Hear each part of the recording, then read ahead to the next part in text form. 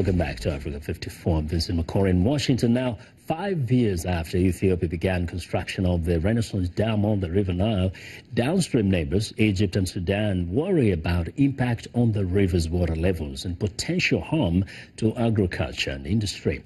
Negotiations to reach an amicable solution continue, but as Edward Uranian reports for VOA from Cairo, no agreement is yet in sight.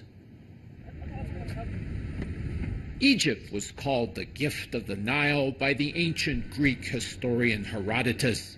Today, more than 2,000 years later, Egypt's water supply faces a critical threat.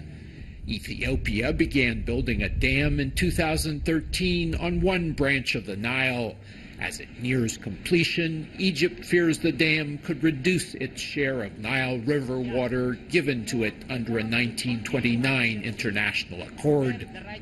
During a visit to the Ethiopian capital, Addis Ababa, several years ago, Egyptian President Abdel Fattah al-Sisi tried to appear conciliatory, but his worry was clear.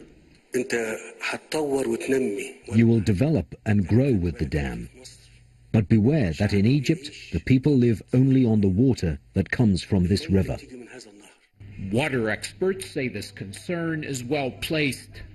99% of Egypt's water comes through the Nile, and that affects all the uses that Egypt might have for that water: agriculture, industry, drinking water.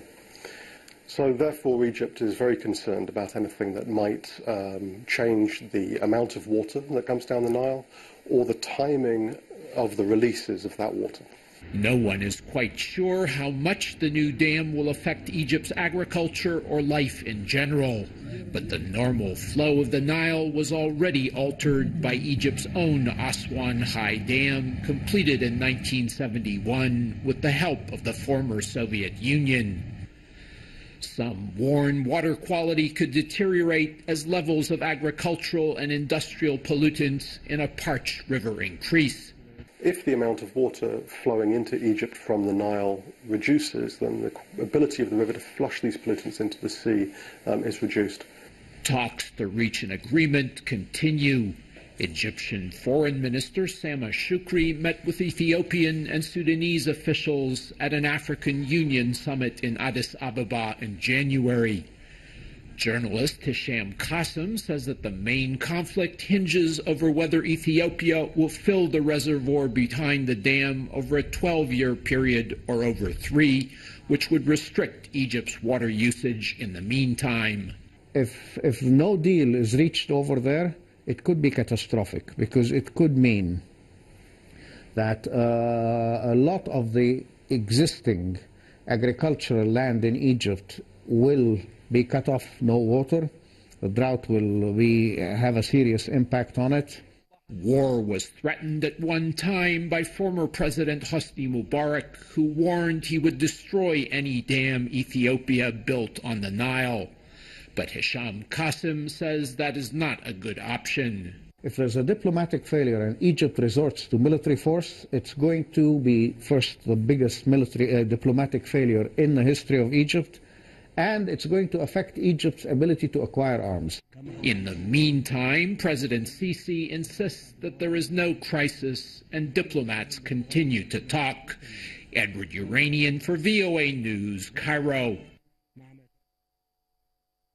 With the consumption of chocolate increasing around the world, 4 countries in West Africa, Cote d'Ivoire, Ghana, Nigeria and Cameroon account for about 70% of the cocoa used in its production. And as Nigeria has begun chocolate production, Ghanaian entrepreneurs are towing the same line. Take a look. Growing demand for chocolate and other cocoa-made products all over the world drives the multi-billion-dollar chocolate industry.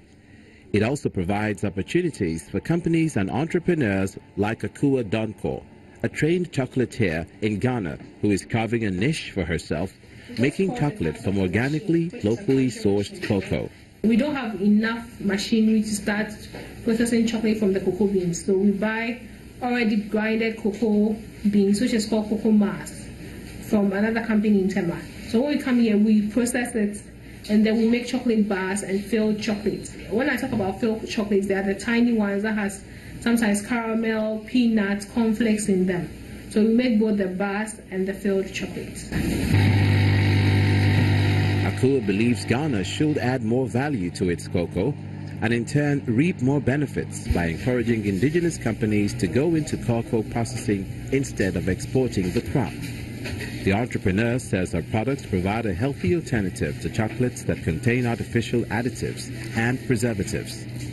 We use the actual cocoa butter. We don't substitute it for vegetable fats. We use a pure cocoa butter.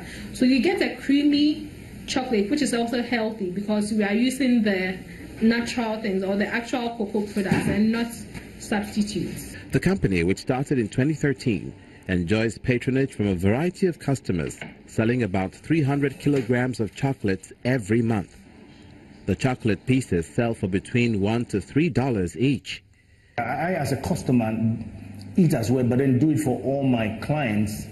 And I'm talking about in excess of 200, 300 pieces for any of the awards that we do. Exodus actually is into recognitions, which is awards. So anytime we're doing an award like an Auto Award, Oil and Gas Award, Manufacturing Awards, we actually give it to them. And I think it also paved the way for her to get access to a lot of clients.